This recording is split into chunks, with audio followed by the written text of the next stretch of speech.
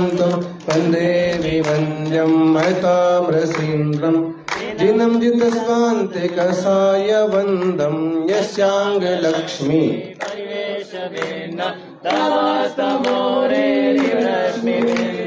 ननाशबाह्यं बहुमानसं च जनप्रदीपाति सरेण भिन्नं सपक्षसौस्थितिमदालिप्ता प्रवादिनो यस्य मदामृगन्धा गजायता केशनो निनादे य सर्वलोके परमेष्ठिताय पदं बभूवादुत्कर्म तेजा अनन्तकामाक्षरेश्वचक्षु समन्तदुःखक्षशासनस्य स चन्द्रमा भवकुमोदतीनां कोशवाग्न्यायमयोगमाला भूयात् पवित्रो भगवान् मनो मे भूयात् पवित्रो भगवान मनो में। इस स्तुति को करने से चंद्र भगवान प्रकट हो गए थे। जय बोलिए कुकस में विराजित चंद्र भगवान की, जोर से बोलिए। वर्तमान जिन शासन नायक वर्तमान महावीर भगवान की, आचार्य श्री आदि सागर जी महाराज की, आचार्य महावीर कीर्ति महाराज की, आचार्य श्री गुरुवर सन्मति सागर जी महाराज की।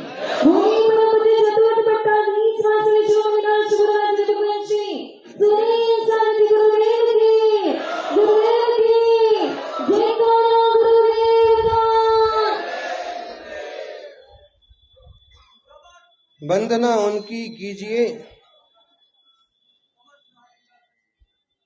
जिनकी वंदना से बंधन कट जाए। वंदना उनकी कीजिए जिनकी वंदना से बंधन कट जाए, और स्मरण उनका कीजिए जिनका स्मरण करने से मरण मिट जाए। मरण को मिटना है तो उनका सुमरण करो जिन्होंने मरण को मिटाया है। जो खुद जन्म मरण के फेर में उलझे हुए हैं, उनको स्मरण करने से आपका मरण मिटने वाला नहीं है, अभी तो एक दिन आपका भी नंबर आने वाला है। सबका नंबर आने वाला है। ABCD ऐसे आदिनाथ से चालू कीजिए,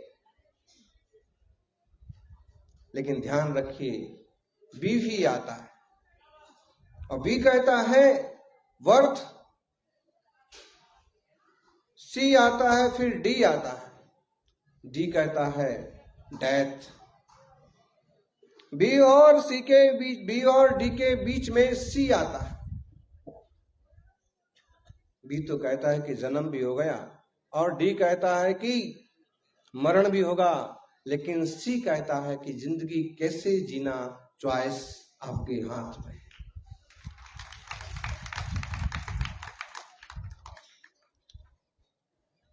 कैसे जीना चाहते हैं? सुमरण करके जीना चाहते हैं, सुमरण करके सुमरण करना चाहते हैं, कि खोटा ध्यान करके कुमरण करना चाहते हैं। सौभाग्यशालियों, सौभाग्यशाली होते हैं वो लोग जो वीतरागी देव शास्त्र गुरु का सानिध्य पाते हैं और रुचि से दौड़े चले आते हैं। कल बड़ी चौपड़ पर जो सभा हुई, उसमें सच में जयपुर की समाज की एकता का एक दर्शन तो करने का, देव शास्त्र गुरु के प्रति श्रद्धा और प्रेम का। सवेरे 8 बजे चौपाटी हाउसफुल, हाउस तो था ही नहीं, फिर भी आगे से पीछे तक लोगों ने भरपूर धर्म लाभ लिया। इस तरह की मिसाल जो है हमें समय समय पर देना चाहिए कि हम सच्चे जैन धर्म के अनुयायी हैं, वीतराग पथ के अनुयायी हैं। हम इस कल्याण मार्ग पर चलने की इच्छा करते हैं और पसंद करते हैं। 500 साल जितना प्राचीन एक कुकस तीर्थ अतिशय क्षेत्र, जिन लोगों ने इसको महिमा मंडित किया है, वे सभी आशीर्वाद के पात्र हैं। प्राचीन जिनालयों की रक्षा, संरक्षा, सेवा और उनका विकास बहुत महत्वपूर्ण है। शास्त्र कहते हैं कि 100 नए मंदिर बनवाना और एक प्राचीन मंदिर का जीर्णोद्धार करना। कल रास्ते चलते बहुत सारे युवा बार बार पास में आके बोल रहे थे, रास्ता बहुत घुमा दिया है, बहुत लंबा हो गया है। सीधा रास्ता केवल 8 किलोमीटर था, 12 किलोमीटर जितना हो गया, डेवड़ा हो गया है, ये हो गया है, वो हो गया है। थोड़ा थोड़ा हमको भी लग रहा था कि रास्ता तो लंबा हो गया, थकान जैसी महसूस हो रही है। बुजुर्ग साधु बीच बीच में थकान महसूस कर रहे हैं, लेकिन उस लंबे रास्ते को थोड़ा जानबूझ के अपनाया था, क्योंकि बीच में 3 नसियां और 1 जिनालय के दर्शन। संगी जी की नसिया, आपको मालूम है श्वेतांबर समाज एक बड़ा सारा मंदिर बना रहे हैं हाईवे पर, और मुझे लगता है कि संगी जी की नसिया को ठीक ढंग से डेवलप किया जाए और एक वैसा उससे सवाया जिनालय संगी जी की नसिया में बनाया जा सके। सबसे पहली बात होती है जगह की, जमीन की, और वहां पुरखों की दी हुई इतनी बड़ी जमीन है। बस समस्या हो सकती है कि स्वार्थी लोगों ने जबरदस्त उस पर कब्जा कर रखा हो, खाली ना कर रहे हो। बेशकीमती चीज है, और अगर उनका मंदिर बन रहा है तो एक कम से कम वीतरागी परमात्मा का मंदिर या कोई विशेष प्रतीक ऐसी जगह पर बनना चाहिए कि जितने सारे जयपुर में पर्यटक आते हैं वो सब उस मंदिर के दर्शन करना भी चाहे। कौन करेगा, कैसे होगा, वो बात की बात है, लेकिन विचार आया सो आपको बता दिया। बाकी 2 नसिया जो है वो बहुत बड़ी नहीं है, फिर भी ठीक है। और थंब की नसिया,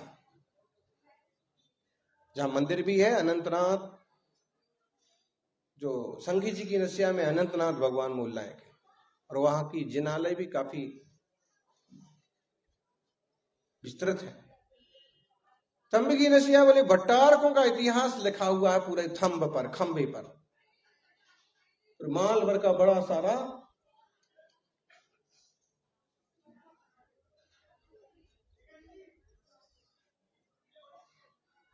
अब कुछ भी हो जाए इस चौकी में तो जाना ही नहीं है। सुन लो तुम, प्रवचन सुनने के बजाय बातों में लगे। आवाज आ रही है तो व्यक्ति मुसलमान ना बोले, अजान की नमाज की आवाज आने लग जाए तो वहीं खड़े हो जाते। अब इनको क्या कहोगे? प्रवचन चल रहा है, शांति से सुन लो। ऐसा कोई बड़ा कारखाना थोड़ी चल रहा है।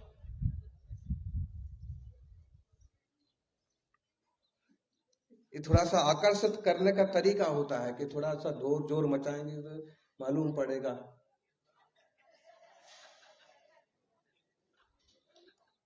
चलिए, तो थोड़ा शोर भी जरूरी होता है, लेकिन सड़क पर जब चलते हैं ना तब होना चाहिए जोर से भगवान महावीर स्वामी का जयकारा। वो शोर हो कि लोग जयकारा सुने, जय जयकार हो जैन धर्म की, जय जयकार। उलझी हुई जिंदगी में से कुछ पल सुकून के निकालो। उलझी हुई जिंदगी में से कुछ पल सुकून के निकालो। प्रभु चरणों में आकर अपनी आत्मा को निखारो। चंदा प्रभु भगवान के चरणों में आकर अपनी आत्मा को निखारो। निखारना बहुत जरूरी है। भगवान की शांत छवि देख करके खुद को भी शांति आती है, और दुनिया इस मार्ग का अनुसरण करे उसके लिए जिन धर्म के जिनालयों की, जिनायतनों की सुरक्षा बहुत जरूरी है। थंब की नसिया बहुत बहुत प्राकृतिक, प्योर नेचुरल,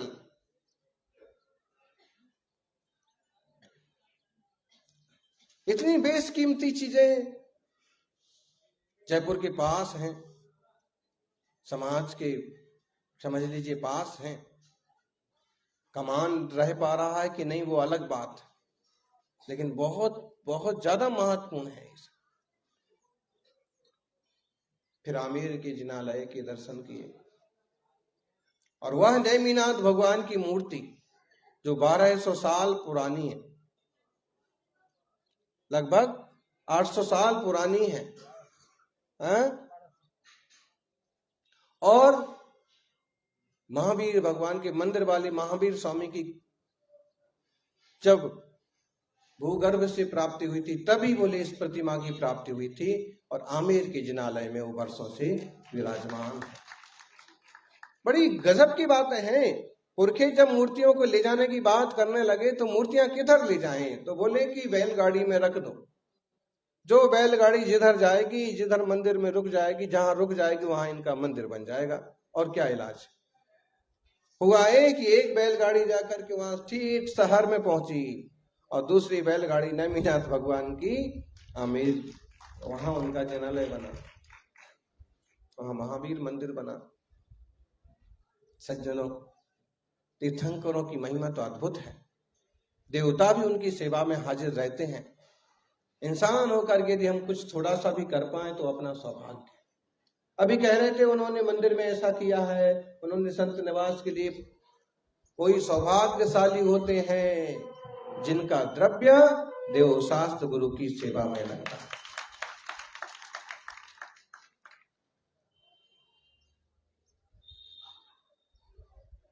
उलझी हुई जिंदगी में से थोड़ा भी वक्त निकालिए और ऐसे प्राकृतिक रम्य जिनालयों में पहुंच जाइए, थोड़ा समय बिताइए।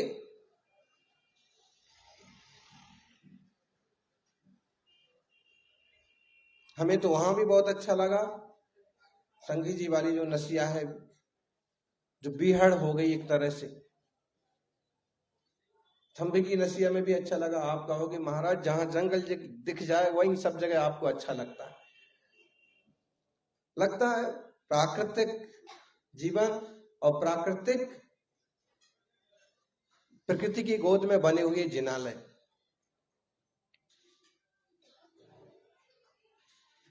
जयपुर के भी पूरे मंदिरों के दर्शन कहां हो पाए हैं? ध्यान रखना, अगर इस जिंदगी में आपने जयपुर के पूरे जिनालयों के दर्शन नहीं किए तो आपको फिर से जन्म लेना पड़ेगा, और अगर हमने पूरे दर्शन नहीं किए तो हमको वापस जयपुर जाना पड़ेगा।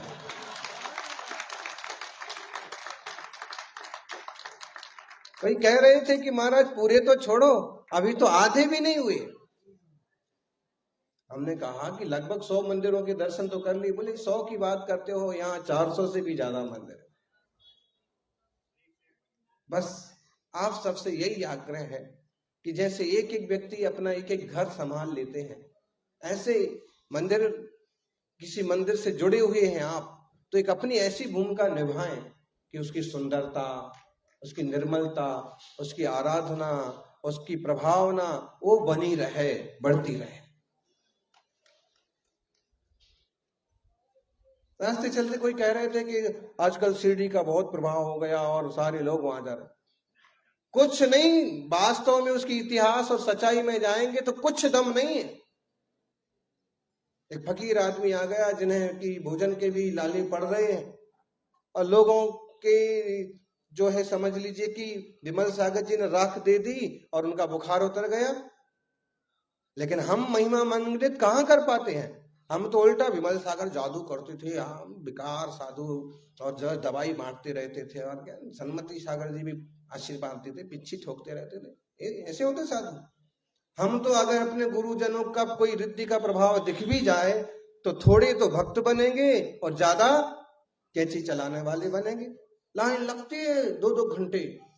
साधुओं के यहाँ लाइन लगना चाहिए, नारियल पड़ना चाहिए, हम कहो उनका जीना मुहाल कर दें।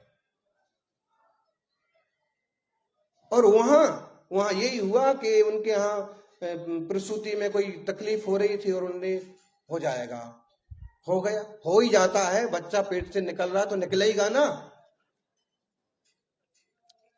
बस इस टाइप के 2-4 परिवार जुड़ गए और फिर जुड़ते गए, तमाशा बनाते गए, और आज ये स्थिति है कि जैनियों की भी बुद्धि जिनकी फिर जाती है, वो भी चक्कर लगाने पहुंच जाते हैं। देख लीजिए, शिरडी के साईं बाबा की बजाय कुंजवन के सनबत्ती बाबा के पास जाओगे ना, उससे ज्यादा लाभ में रहोगे। धर्म भी नहीं छूटेगा और काम भी। महिमा मंडित करना पड़ता है। आपकी भावनाएं प्रशस्त होंगी, आपकी निर्मलता बढ़ेगी, आपका पुण्य बढ़ेगा, उस पर भी गुरुजनों का आशीर्वाद हो जाएगा, प्रभु की आराधना का मंगलकारी फल फलेगा। मांगने की जरूरत नहीं पड़ती है, मिलता है।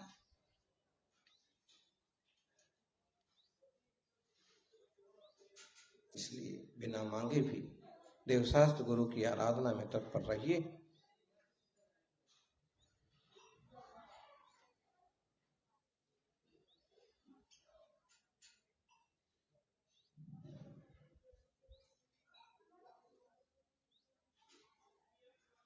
गुरु तो पथ प्रदर्शक हैं, मार्गदर्शक हैं।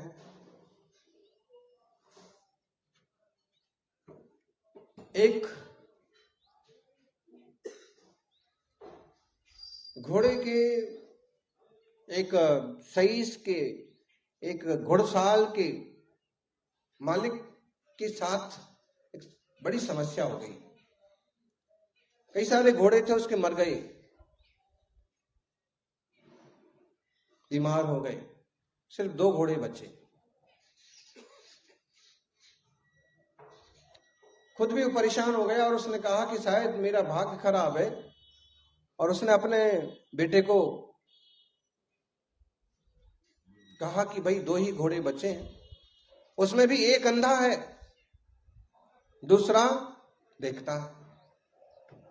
जो देखता है वो तो घर आ जाता है वापिस घूम फिर करके, घास खा करके। जो नहीं देख पाता है वो खो जाता है और उसे बार बार ढूंढने के लिए जाना पड़ता है। लेकिन दोनों में दोस्ती बहुत पक्की है। अगर उसको जरा सा भी अंदाज लगता है कि जा रहा है तो उसके पीछे पीछे वो भी। तो बेटे ने कहा कि पापा ऐसा क्यों नहीं करते हो कि जिस घोड़े को दिखता है उस घोड़े के गले में घंटी बांध दो।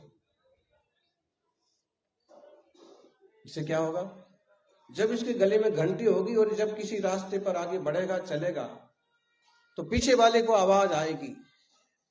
तो जब दोस्ती है ही पक्की तो आवाज सुनकर के उसे आने में बहुत आसानी हो जाएगी। इतना फैंटास्टिक आइडिया, बहुत बढ़िया बात है।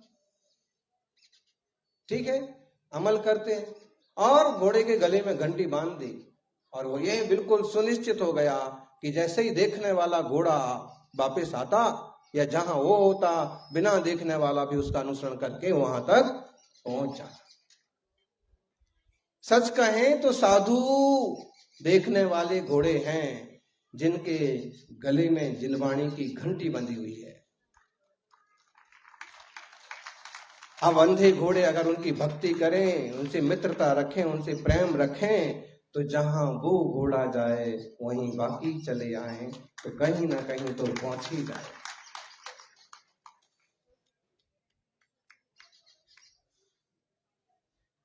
घंटी की आवाज सुनिए और साथ चलिए। हम कोई कसर नहीं छोड़ रहे हैं घंटी की आवाज सुनाने में, जिनवाणी की ध्वनि सुनाने में।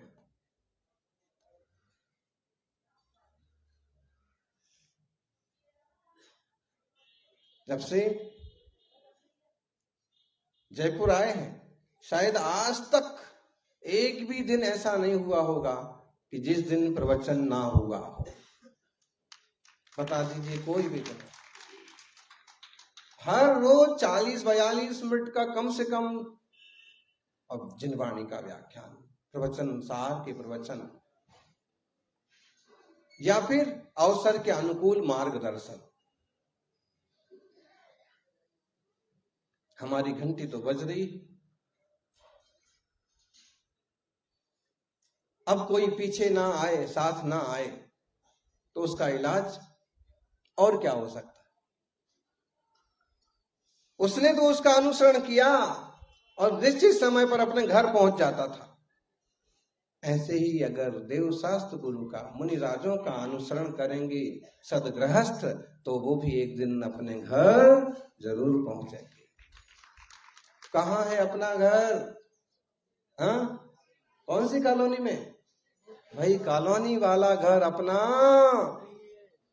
व्यवहार नहीं से भले कहो, असद्भुत व्यवहार नहीं से कॉलोनी में मेरा घर है। महावीर कॉलोनी में, पारसनाथ कॉलोनी में, वैशाली में, नैमी सागर कॉलोनी में। क्या बढ़िया लगता है कि जब नगरों के नाम भी भगवान के नाम पर रखे जाते हैं।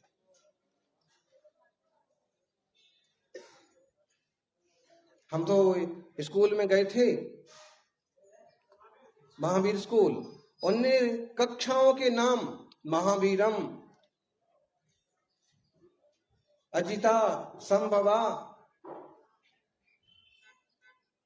अभिनंदन, 24 तीर्थंकर के नाम पढ़ लो साहब। कौन से सेक्शन में है? शांति, शांतिनाथ।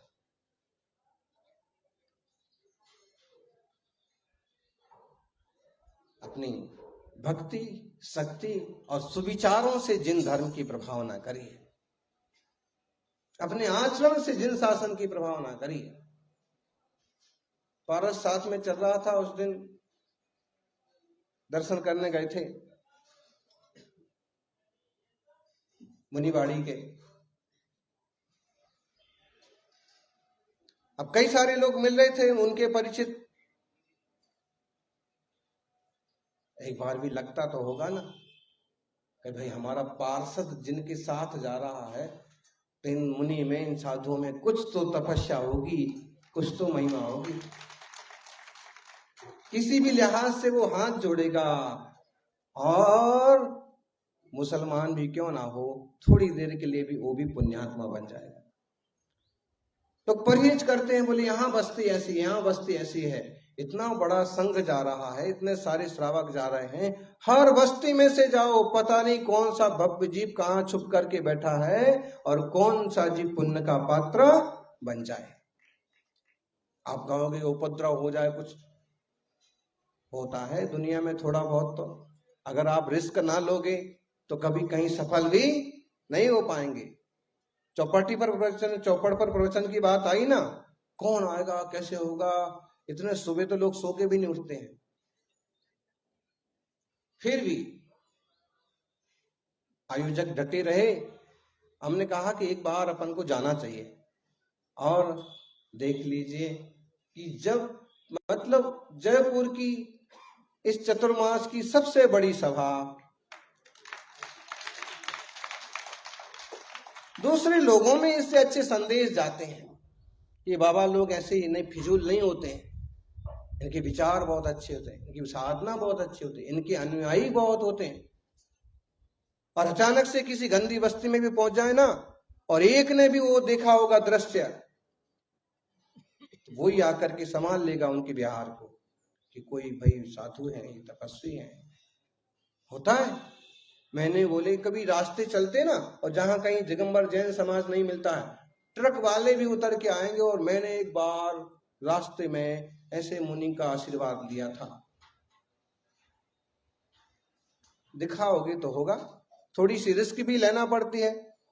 आपको स्कूल चलाना है, आपको तीर्थ का विकास करना है, पुरानी चीजें संभालना है, कब्जेदारों से चीजें वापस लेना है, तो थोड़ी रिस्क तो लेना पड़ेगी।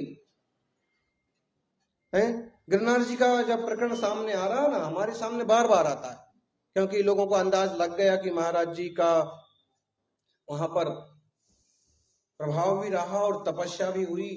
तो हम एक बात बोलते हैं उनको भी कि देखिए, सिर्फ कोर्ट कचहरी के बल पर आप सक्सेस नहीं हो पाएंगे, और हो भी गए तो भी वह सब आपके हाथ में नहीं रह पाएगा। उसका तरीका ये है कि जैसे 4 आदमी मुष्टंडी उनके वहां बैठते हैं, ऐसे तुम्हारे 4 आदमी बैठे तो वो तीर्थ तुम्हारे हाथ में रहेगा, तुम्हारा कहलाएगा, तुम्हारा होगा। हम दर्शन को ही ना जाएंगे।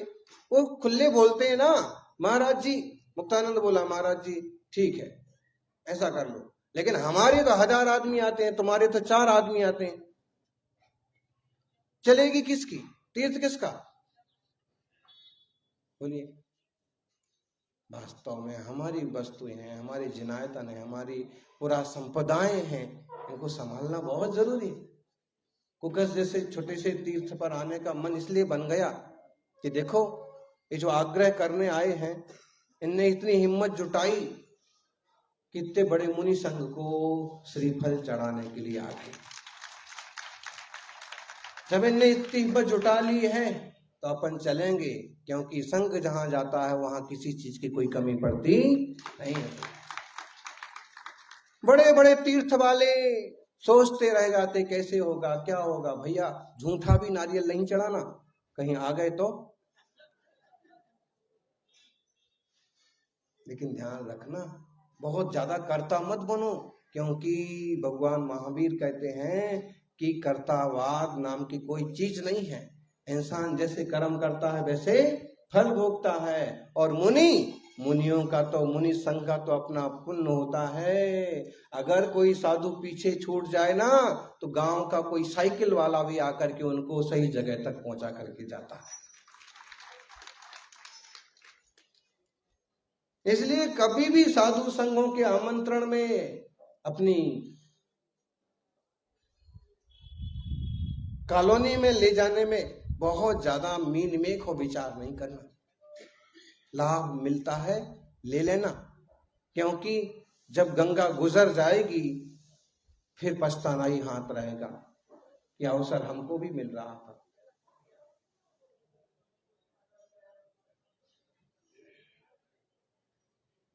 सज्जनों,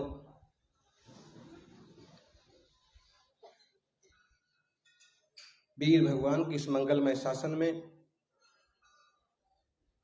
अपन सभी को विराजने का अवसर मिला है। वीर शासन की ध्वजा पताका आप सबके हाथ में, युवाओं के हाथ में है। कितनी भी उलझने हो, थोड़ा वक्त जरूर निकालो।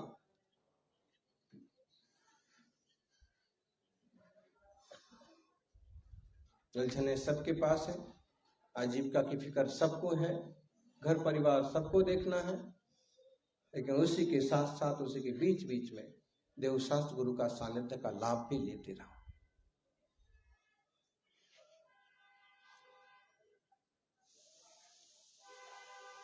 वास्तव में समय की कमी नहीं है, समय के नियोजन की कमी है। समय का नियोजन करना यदि आ गया तो आपको जीवन जीना आ गया। आप देखिए, आदमी मोबाइल इडियट डिब्बा यूं पकड़ लेगा, ठीक है, और कितनी देर तक यूं यूं यूं करता रहेगा, घंटे भर तक। और फिर मान लीजिए कि उसको ऑफिस या स्कूल जाना है या वर्क पर जाना है, फैक्ट्री जाना है, फिर गाड़ी में बैठेगा और ऐसा भागेगा। आप पता है कि केवल 10 मिनट ही तो बचे हैं, 10 मिनट में मुझे पहुंचना है, और ऐसा भागेगा कि कहो कहीं टक्कर खा करके और फिर हफ्ते 15 दिन के लिए हॉस्पिटल पहुंच जाए। और अगर कहीं जाम लग गया तो इतना भोंपू बजाएगा, इतना शोर करेगा, इधर से इधर घुसाएगा, इतनी सी भी जगह देखेगी उसी में गाड़ी घुसाएगा। उसको जल्दी पड़ी है, लेकिन उसको ये विचार करना चाहिए कि अभी जो फिजूल में यूं यूं यूं यूं करने में तुम्हारा आधा घंटा, मैं चेक कर रहा था मोबाइल, क्या चेक कर लिया, क्या मिल गया उसमें? मतलब उसमें ऐसा क्या चीज आने वाली है, कौन सी चीज चेक कर रहे थे? चेक करना है तो रात पड़ी है, आप कहो रात की बात ही मत करो। लोग रात रात भर लगे रहते, उस टाइम तो और चैटिंग से मैटिंग से टाइम नहीं मिलता। ये हाल है, बुरा हाल है। वो उसमें जो वक्त जाया कर रहे थे ना, 5 मिनट पहले निकल जाते ना, बीच में एक जिनालय का दर्शन करते हुए चले जाते, नहीं, एंड टाइम पर भागेंगे, भले कहीं टक्कर खाएं, कहीं जाम लग गया। देखिए आप, जाम लगता है तो इतना शोर करते हैं, इतना भोंपू बजाते हैं। भोंपू बजने से जाम खुल जाएगा क्या? नहीं, आगे वाला नहीं हट रहा, ये आगे वाले को जल्दी नहीं पड़ी है क्या? वो भी तो भोंपू बजा रहा है, हॉर्न वो भी तो बजा ही रहा है ना, और उसके आगे वाला नहीं हट रहा। हटना तो सब चाहते हैं, भागने के लिए सब लगे हैं, इसलिए वो जाम लग गया। सलीके से चल रहे होते तो जाम नहीं लगता। सलीके से वाहन चलेंगे तो सड़कों पर जाम नहीं चले लगेगा, और सलीके से हम चलेंगे तो जिंदगी में जाम नहीं लगेगा, रिश्तों में जाम नहीं लगेगा, समाज में जाम नहीं लगेगा। हमें सलीके से चलना आना चाहिए, सलीके का व्यवहार करना चाहिए, किसी को बाधक बनना नहीं और किसी को बाधा देना नहीं, बाधा लेना नहीं। सौभाग्यशालियों, वीर जिनेश्वर हमारे लिए वो मंगलकारी मार्ग बता के गए हैं जिस मार्ग से चल करके आत्मा परमात्मा हो जाता है। हॉर्न बजाने से, शोर करने से क्या फायदा? सड़क तो जब खाली होगी तब होगी, उसमें से कोई एक बुद्धिमान निकले और धीरे धीरे रास्ता बनाए तो निकल जाएंगे सारे वाहन 5 मिनट में, लेकिन वो एक दूसरे में घुसाते जाएंगे तो और उलझन पैदा हो जाएगी। अब पीछे भी हटने को जगह नहीं और आगे भी बढ़ने को। जिंदगी में ऐसे ही होता है, कोई बुद्धिमान आए तो आपके उलझे हुए रिश्तों को भी, समाज के उलझे हुए मुद्दों को भी सुलझा दे, और अगर आप उसमें धक्कापेल करते रहेंगे तो और उलझते रहेंगे। सुलझ करके मिल करके अपन आगे बढ़ें और वीतरागी जिनेश्वर की मंगलकारी भक्ति करें। भक्ति ये जिन वराणम खियदिजम पुब्ब संचिदम कब्मम आईरिय पसायेना बिच्चा मनता या सिद्धंती। भगवान जिनेन्द्र की भक्ति करने से पहले बांधे हुए कर्म क्षीण हो जाते हैं, झड़ जाते हैं, और आचार्य मुनिराजों की भक्ति करने से विद्या और मंत्रों की सिद्धि होती है। चमत्कार ढूंढना नहीं पड़ते हैं, आप नमस्कार भाव से करेंगे, चमत्कार हो जाएगा।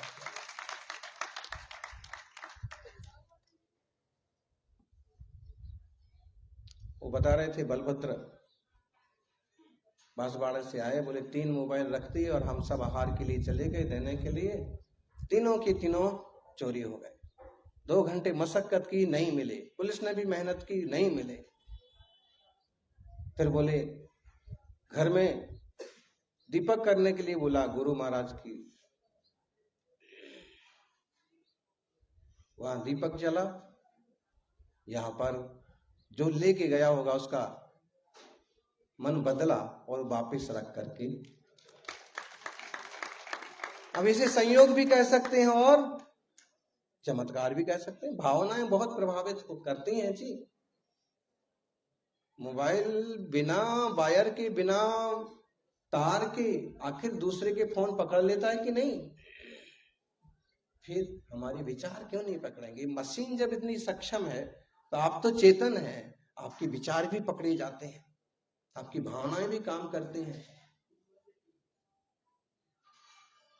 आप चाह रहे हैं कि सामने वाले को भी संकट ना आए और मेरा भी काम बन जाए, वैसे ही हो गए। ये तो बहुत बुरी बात है कि हम जो ये सोचते हैं ना कि हम उसको तो मजा चखाएंगे, उसको तो हम बताएंगे, ये इसमें कुछ दम नहीं है। कैसी भी परिस्थिति आए, कभी भी किसी के लिए इस टाइप से विचार नहीं करना चाहिए। ऑलरेडी वैसे ही मजा चख रहे हैं, दुखी हैं, परेशान हैं, और क्या असुविधा पैदा करना भाई किसी को।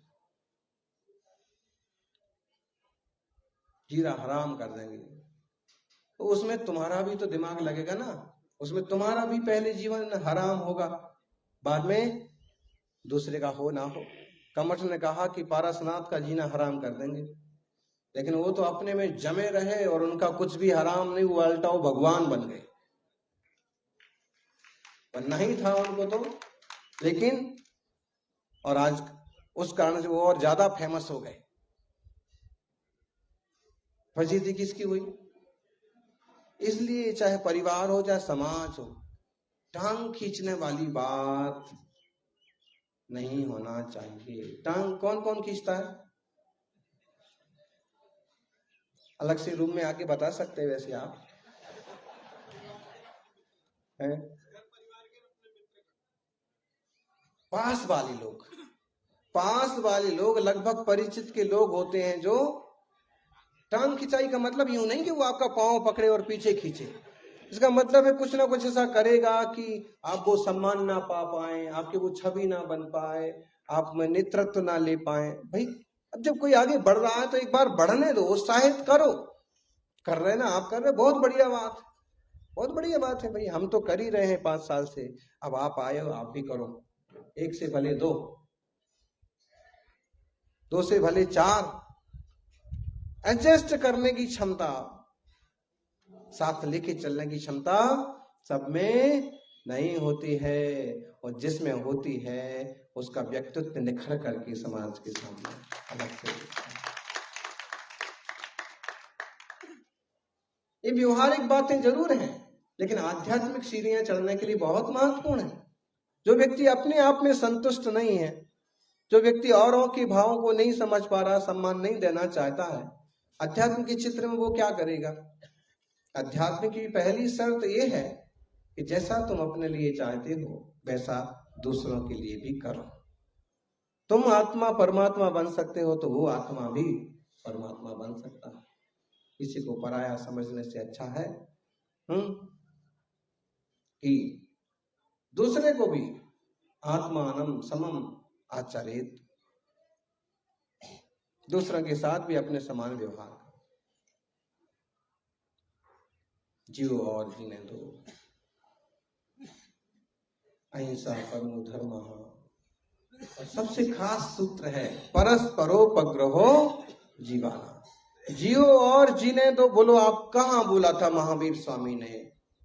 देखा जाए तो जिनवाणी का सार ही ये है, क्योंकि वो हिंदी थोड़ी बोलते थे उस जमाने में। जिनवाणी में पूजा में तो ऐसे लिखा है कि वो तो अक्षर नहीं बोलते थे, निरक्षर बोलते थे, ओम बोलते थे, और उससे सारी वाणी बन जाती थी, और मुंह से नहीं बोलते थे। अरे आप बोलते ना भैया, ये महाराज जी मुंह से भले नहीं बोलते हैं, लेकिन इनका चेहरा भी बोलता है, इनकी चर्या बोलती है। क्या बोलते हैं? मतलब वो भी संभव है कि महावीर स्वामी कुछ ना बोलते हों, और सिर्फ ओंकारमय ध्वनि से या निरक्षरी ध्वनि से सब कुछ पकड़ में आता हो। जियो और जीने दो, जिनवाणी का सार है। अहिंसा परमो धर्मः, धर्मों का सार है। और परस्परोपग्रहो जीवानाम, तत्वार्थ सूत्र का 5वां अध्याय का कौन सा सूत्र? 21वां सूत्र। सब लोगों को तत्वार्थ सूत्र याद होना चाहिए, सबको जी अभ्यास करना चाहिए। जैन धर्म का सारांश ग्रंथ,